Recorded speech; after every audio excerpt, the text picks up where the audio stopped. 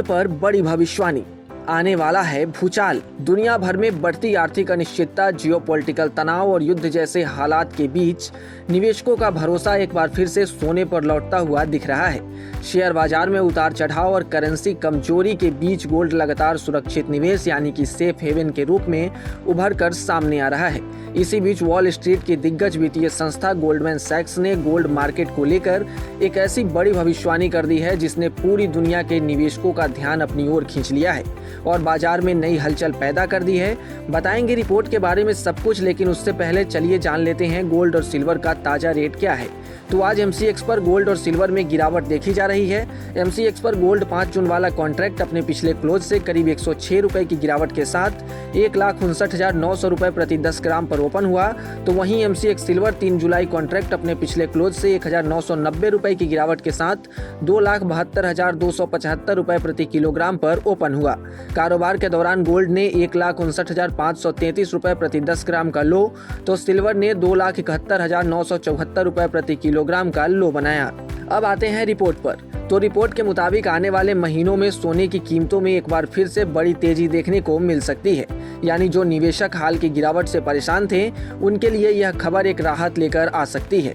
दरअसल गोल्डमैन सैक्स की नई रिपोर्ट के अनुसार दुनिया भर के सेंट्रल बैंक्स आने वाले समय में बड़े पैमाने पर सोना खरीद सकते हैं। अनुमान लगाया जा रहा है कि साल 2026 के दौरान केंद्रीय बैंक हर महीने औसतन करीब 60 टन सोना खरीद सकते हैं। अगर ऐसा होता है तो अंतर्राष्ट्रीय बाजार में सोने की मांग और मजबूत हो जाएगी और कीमतों में एक बार फिर से बड़ा उछाल देखने को मिल सकता है।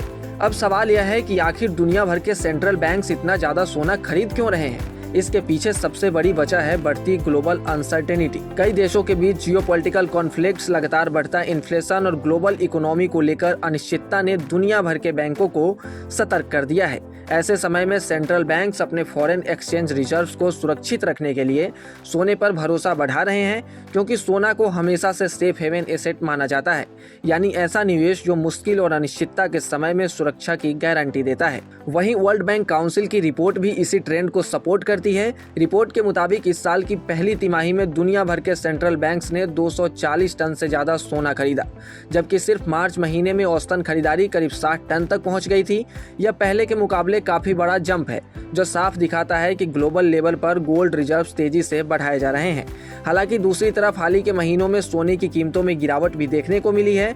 ऐसे में सवाल यह बनता है कि डिमांड अगर इतनी स्ट्रांग है तो प्राइसेस नीचे क्यों गिर रहे हैं? दरअसल इसका एक बड़ा कारण भी है हाई इंटरेस्ट रेट और इन्फ्लेशन कंट्रोल पॉलिसीज। जब ब्याज दरें बढ़ती हैं तो इन्वेस्टर्स का झुकाव गोल्ड से हटकर बॉन्ड और फिक्स्ड इनकम एसेट्स की तरफ बढ़ जाता है, जिससे शॉर्ट टर्म में गोल्ड पर दबाव देखने को मिलता है। कुल मिलाकर शॉर्ट टर्म में भले ही वोलेटिलिटी देखने को मिले, लेकिन लॉन्ग टर्म आउटलुक अभी भी मजबूत नजर आ रहा है, क्योंकि सेंट्रल बैंक्स की लगातार बाइंग ग्लोबल अनसर्टेनिटी और इन्फ्लेशन जैसे फैक्टर्स गोल्ड को सपोर्ट कर रहे हैं।